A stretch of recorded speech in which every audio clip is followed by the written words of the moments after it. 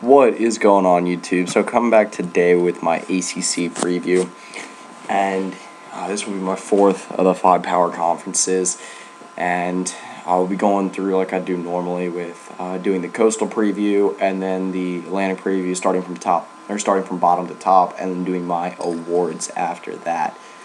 So this one's going to be a little bit more lengthy video. We got 14 teams to cover here, and honestly, a conference that on one end seems to be locked down entirely at the top by Clemson, Florida State, and then even after that, Louisville, I think, has a good hold on the third spot.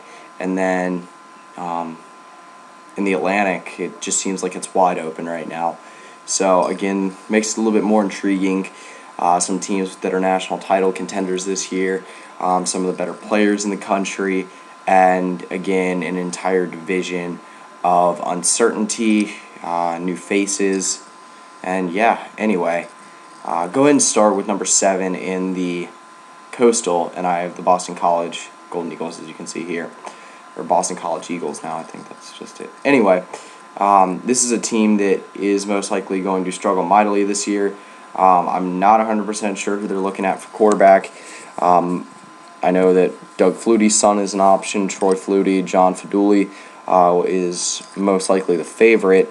And then they bring back an okay set of wide receivers between Thaddeus Smith and Sherman Alston. Also, got a decent running back with Miles Willis. Now, this is a team coming off a 3-9 season. I believe not a single win in conference last year. Might be a difficult road again this year. They won't go winless, that's for sure. I could see at least 2 wins looking up and down the schedule. They do land some pretty tough games in conference. They have to travel to NC State, to Virginia Tech. They do get Clemson at home, but that's still going to be a tough game either way, and they have to go at Florida State. And then probably the most winnable game in conference is a road game against Wake Forest. They do get winnable games against Wagner, UMass, and Buffalo, though, so that could help out their record. So move on to number 6, and I've got the Wake Forest Deacons. So another team that probably will struggle this year. It's been a rough stretch the last couple years for Wake Forest in the conference.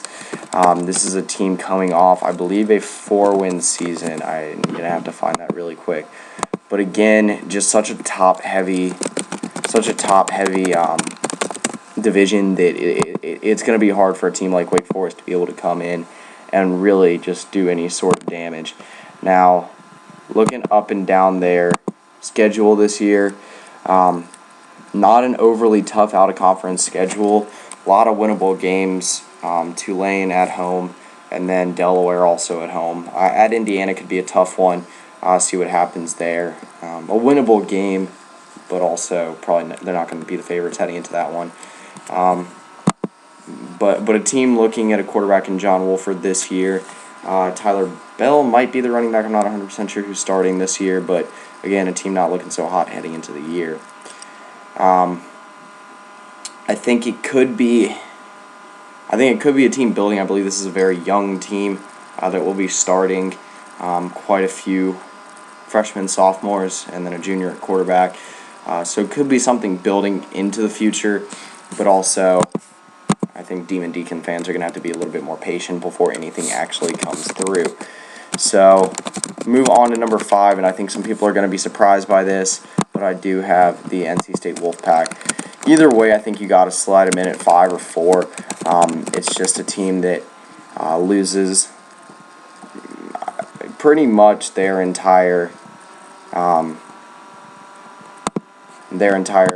say, offense with Jacoby Brissett. So looking up and down their schedule, again, not an easy scheduling conference. Out of conference, they do have Notre Dame at home, so that's obviously going to be a tough one. They also got Old Dominion, William & Mary, both in Raleigh, so winnable games there, and then at East Carolina. Also, in conference, they have to go to Louisville, to Clemson, and also draw Florida State at home. They go to North Carolina, and then also have Miami at home. So a team that has been a good bowl team, a respectable bowl team over the last couple years, but again, a team that probably will be struggling to stay afloat again this year. Again, I think the loss of Jacoby Brissett is a little bit unstated for how much it's going to hurt that team. They had I believe it was a little bit of a fight for them. They did finish fourth in the division last year between them and Louisville. Louisville ended up winning it in the end, but again, going to be a tough year for them, I think. So move on to my number 4 team, and I got the Syracuse Orange, a team that coming off a 5-7 season, I do believe, 4-8, excuse me. Again, team that I think could improve this year. I believe they have 7 returning starters on offense and then 7 on defense. So I got some returning talent. They bring back their Actually, I don't think they do. Eric Dungy looks like the starter for this year. Jordan Fredericks at running back, and then Devontae McFarland as well. They have a little bit of experience returning in the backfield, and then some returning experience wide receiver as well with Brisley Esteem, Alvin Cornelius, and Steve Ishmael. If I said Brisley Esteem wrong, then feel free to correct me on that. I'm not 100% sure with that name. Anyway, a team that I could actually see taking a good jump forward. Like I said, they got some returning talent in a conference that loses a lot of talent, and they also have a very manageable out-of-conference schedule, USF being the toughest. That one might be a tough game to get. At least they do get it to the Carrier Dome. They also have to go with Notre Dame in conference. They get that one at home, and then they have to travel to Clemson, to Pittsburgh, and then also have to play Florida State and Virginia Tech at home. So anyway, move on to my number 3, and I have the Louisville Cardinals. So a team that's relying very heavily on Lamar Jackson this year. Also a team that I personally think has the ability to upset either Clemson or Florida State. Now, that's a long shot right there. I get what I just said is not something that a lot of people think is feasible. But again, if Lamar Jackson can progress the way he did during his freshman year this coming season, then this is a team, like I said, that will be extremely dangerous. This is a team that was able to walk out of a bowl game with Texas A&M with a win in I believe it was the Holiday Bowl. I can't remember if it was Holiday or Music City. But anyway, they also do have a lot of returning talent across the board. Jamari Staples, Jalen Smith, wide receiver. James Quick as well, wide receiver. Jeremy Smith at running back. Brandon Radcliffe at running back. And also, I believe, quite a bit on the returning in the secondary, including Josh Harvey Clemens and Devontae Fields at outside linebacker. So two really big pieces to the defense there. Also a schedule out of conference that's very manageable.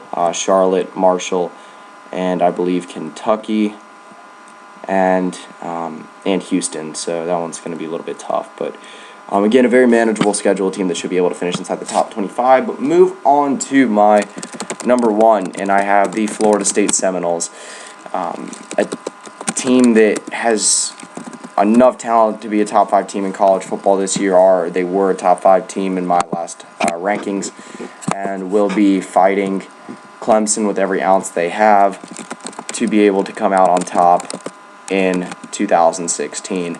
Now, this is a team with a tremendous amount of returning talent on offense and defense. I believe you are looking at a starting quarterback of Sean McGuire. Should be able to be solid this year. When he was playing last year, was good. It was a stagnant Florida State offense at times, obviously relying very heavily on Dalvin Cook. They returned Travis Rudolph at wide receiver, Kermit Whitfield, 2 big options for Sean McGuire. I don't think J.J. Constantino is going to be much of an option at quarterback. I believe he is the only returning player from last year. But obviously they have Derwin James, Josh Sweat, DeMarcus Walker, some Jacob Pugh, some talented players along the secondary and on the defensive line.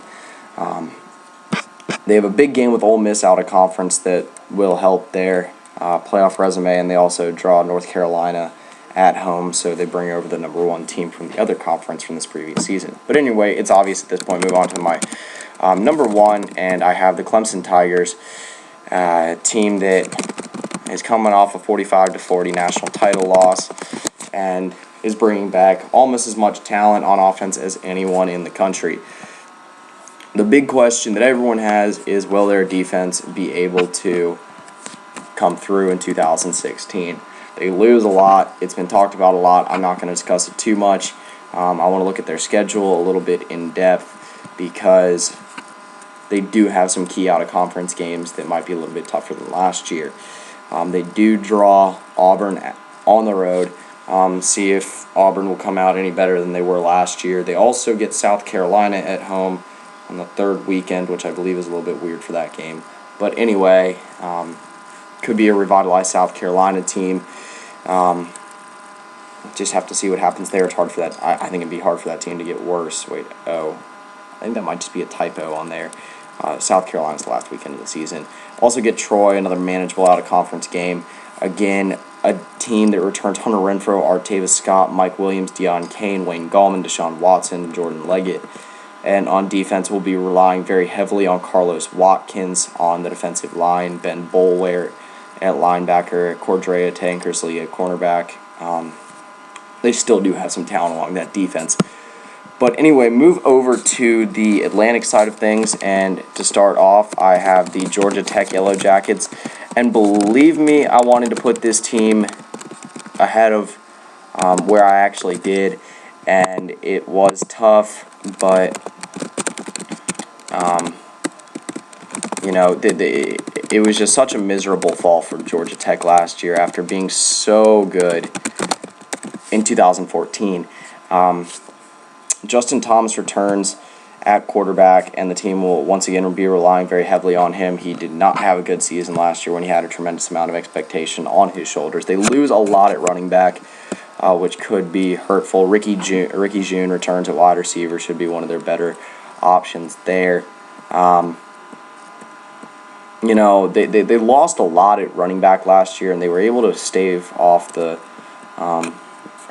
people thought they'd be able to stave off that loss to somewhat of a degree, but I guess not. Again, it's going to be a competitive Atlantic. I said it's wide open. This could be a dark horse. I don't know. Justin Thomas does play well at that backfield, just gets that little spark they need. This is a team that actually upset Florida State last year, so, they got the ability to. They lost a lot of close games, lost by 7 to Notre Dame. Again, a tough schedule this year. Having to go at Pittsburgh, play Clemson at home, at North Carolina, at Virginia Tech, at Georgia. So not an easy schedule for Georgia Tech this year. So get on to number 6, and I have the Virginia Cavaliers. A team that's going to have a really different look this year compared to last year. And a team that I actually have a lot of faith in to bring back, at least, I wouldn't say a lot of the glory days, because I don't know when the last time the glory days were for Virginia. But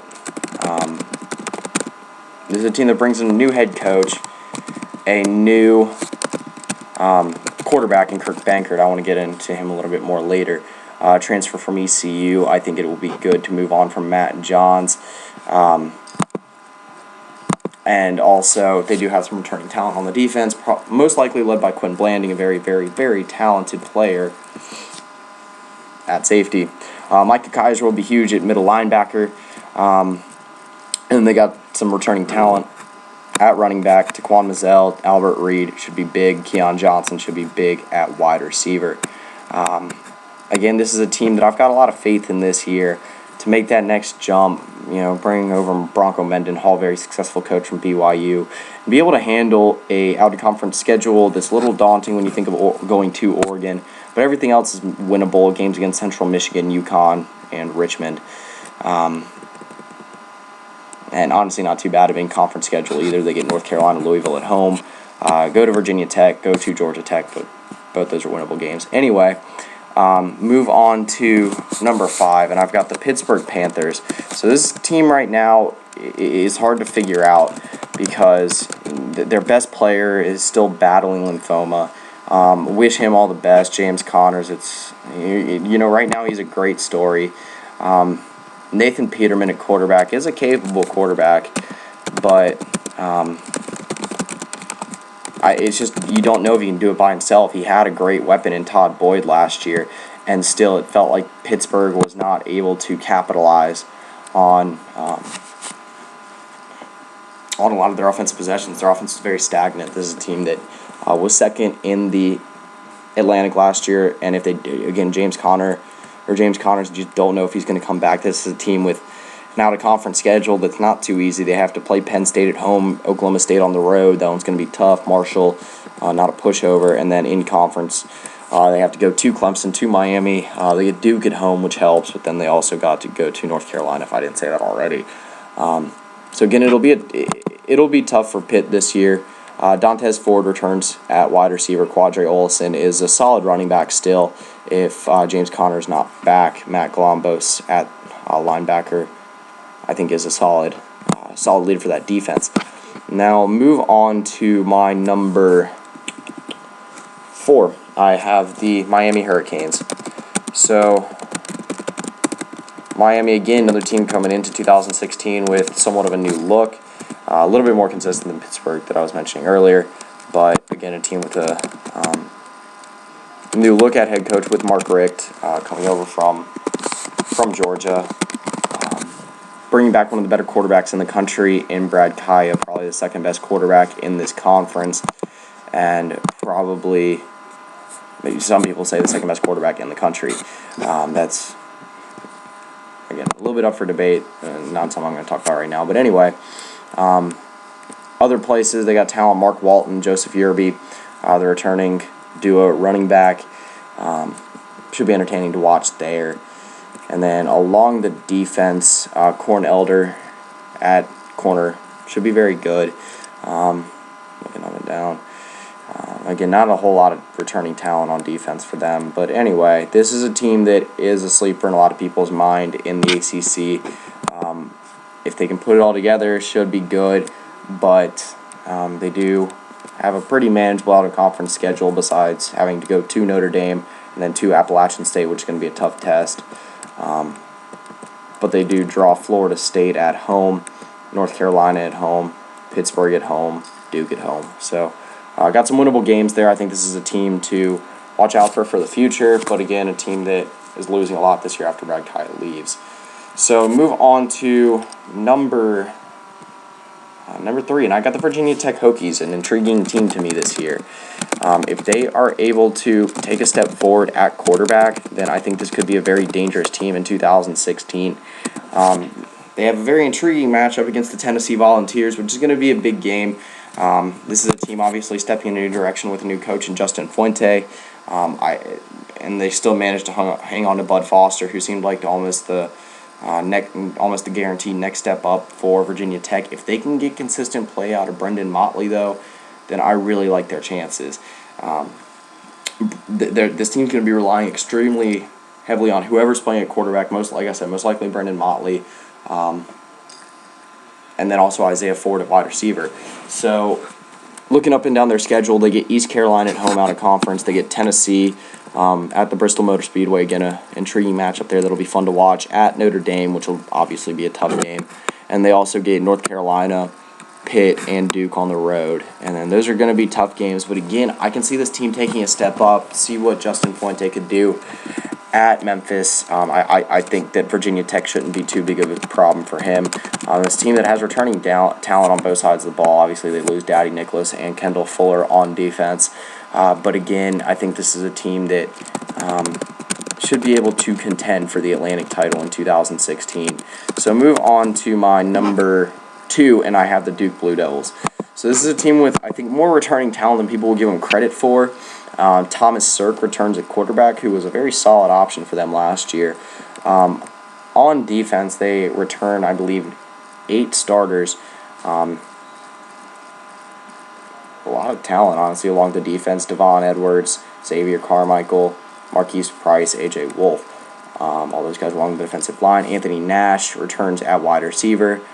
Should be a good option there. And then Sean Wilson, I believe, will take the reins as the starting running back for this year.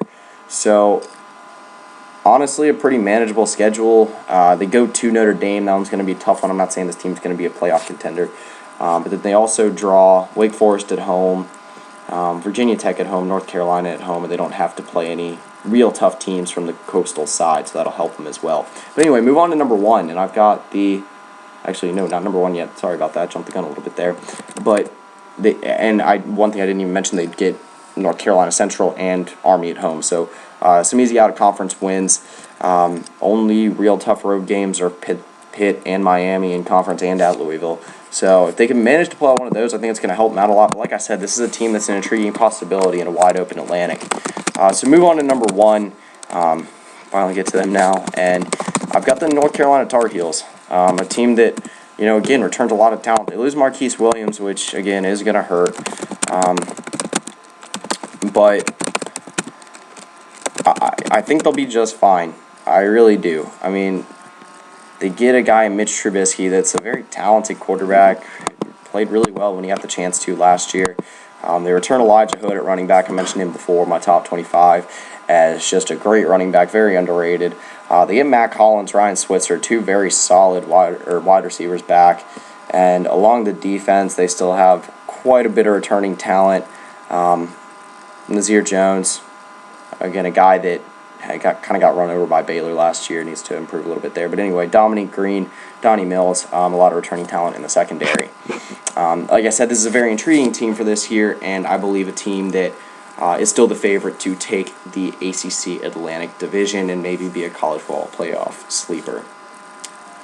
This is an opportunity for me to talk about, obviously, what I think is going to happen in the ACC title game. Something I like to mention at the end of every video, right before I get into the awards. And obviously, I have North Carolina and Clemson in the ACC title game. Now, this game came down to a controversial call last year on an onside kick, and I think this year, obviously, I still think Clemson's going to take it. Again, North Carolina is a great team, and they still have a lot of returning talent, but I think it's just going to be a little too much for them. So, move on to my awards, and start with Offensive Player of the Year. I think it's going to be Deshaun Watson. Not much to say there. I think he's the best player in this conference, maybe even the entire country. Defensive Player of the Year, Derwin James, an absolute freak on defense. I think will be a household name for Florida State, or not just for Florida State, but for across the entire country by the end of the year. Newcomer of the Year, I think it's going to be a guy I mentioned earlier, the East Carolina transfer to Virginia, Benkert. I think that with how much talent returns, and I think a new positive direction for Virginia will be able to give Benkert, who was the favorite to take the job at ECU, a very good chance to succeed in Virginia. Coach of the Year, I think, is going to be Dabo Swinney. Like I said, not much to say. I think Clemson's going to be able to get back to the college football playoff and win the conference, so I think it's repeat Coach of the Year for him. Now, something I want to talk about a little bit, dark horses. This is the first one where I've got 2 of them, and I'm going to say Duke and Virginia Tech, because I think they have the greatest chances of being able to overtake North Carolina in the Atlantic Division. Like I said, I think a wide-open Atlantic Division. Obviously, North Carolina still being the favorite and still being number 1 in my book, but 2 teams that I think could definitely take it if some things flip around. Now, my disappointment is the Miami Hurricanes. I just don't think they have enough returning talent on defense to be able to contend. They've got a lot of talent on offense between the quarterback and running backs. And Joseph Yerby, I think, is an absolute stud. Obviously, Brad Kai is too. But I think it's going to take a little bit of time for Miami to transition if they're able to make it that far. And I think it's going to take a little bit more time for Mark Richt to figure out his recruiting situation, be able to be successful at Miami and turn it into the powerhouse that it once was. So that pretty much does it for this video. This is the 4th of my 5 power conferences. I'll be coming back either tonight or tomorrow with the SEC, and obviously a lot to talk about there. I'll put the link to the entire playlist of all my conference previews in the description below, and then after that, jump into the group of 5 conferences. It's been fun so far, and I'm excited to do a little bit more. But anyway, that pretty much does it for the ACC. Good long video, but that's pretty much it. See ya.